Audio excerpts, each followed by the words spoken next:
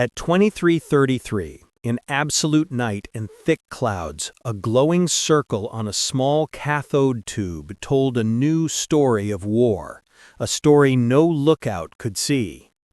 From that tiny arc of light, 6 American destroyers launched 24 torpedoes in 63 seconds.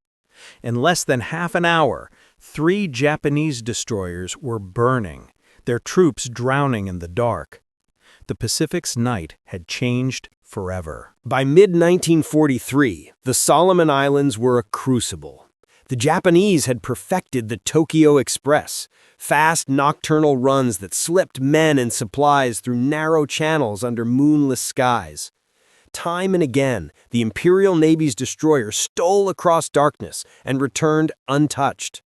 American commanders learned the hard way that visibility, not valor, had been the deciding factor in earlier losses. But a quiet revolution had begun. The U.S. Navy's adoption of centimetric SG radar, faster, sharper, less fooled by islands and returns, and the creation of the Combat Information Center, a cramped nerve center where radar men, plotters, and bridge officers turned blips into action. When doctrine adjusted to the tool, tactics followed, and night fighting became a different war. Intelligence had warned Rear Admiral Wilkinson that a reinforcement run would attempt the familiar Vela Gulf approach on the night of 6 August 1943. He appointed Commander Frederick Moosbrugger to take 6 destroyers and intercept, and crucially, gave him the latitude to operate without cruiser support. The plan? Divide into 2 divisions, hide in Kolombangara's shadow, use SG radar to locate, then launch a silent torpedo strike. At 23:18, one ship picked up distant returns. By 23:33, USS Dunlap's SG radar showed 4 contacts bearing 312 degrees at 29,500 yards. Moosbrugger's plan unfolded with machine precision. Division A1, Dunlap, Craven, and Maury moved into position to launch torpedoes from the island's shadow. Division A2, Lang, Sterrett, and Stack moved to cross the enemy's T and act as overwatch. Every ship stayed under strict radio silence. As the Japanese steamed south at 30 knots, the ranges bled down. At roughly 7,500 yards, Moosbrugger gave the order. In 63 seconds, Dunlap, Craven, and Maury launched 24 Mark 15 torpedoes, a silent rain streaking across black water at 46 knots. The American destroyers turned hard, used Kolombangara's darkness to conceal their withdrawal, and waited. 4 minutes later, the sea detonated.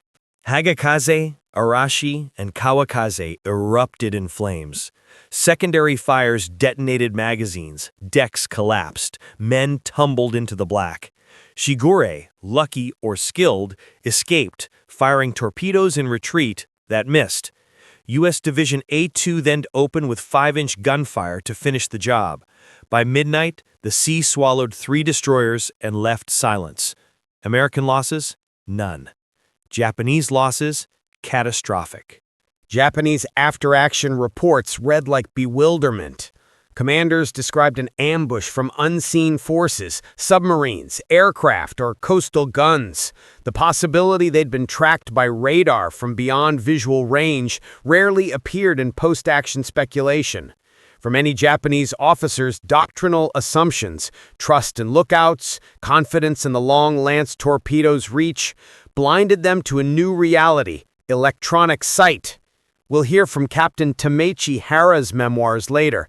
His objections to repeating the route were ignored. History vindicated his caution. Vela Gulf was more than a single triumph. It proved a doctrine. Radar-guided, independent destroyer action worked. Within weeks and months, the Navy distributed Moosbrugger's action report. Other commanders adopted the tactics. The Tokyo Express runs diminished or shifted to less vulnerable craft. The kill ratio flipped. Where once American ships had been surprised in the night, now they were the hunters. The Pacific night had been reclaimed, not by brute force alone, but by a fusion of technology and the will to change doctrine. The men who swept the cathode screen, the plotters who handed the bearing to the bridge, the torpedo crews who set tubes and checked bearings, their names rarely make headlines. Official citations went to captains. The radio men and technicians remained largely anonymous. Still, their mathematics of tracks and intersection angles saved lives and changed doctrine. A quiet, technical courage that shaped the war's outcome. Warfare writes its history in iron and memory. At Vela Gulf, steel met signal and doctrine bowed to data. The battle reminds us that technology without trust is idle. Doctrine without adaptation is fatal. And in the darkness, it is often the unseen hands, the radar men, the plotters, the torpedo men who decide the day. Tonight we remember them, not as numbers on a report, but as the people who in a single night turned the tide of night fighting in the Pacific.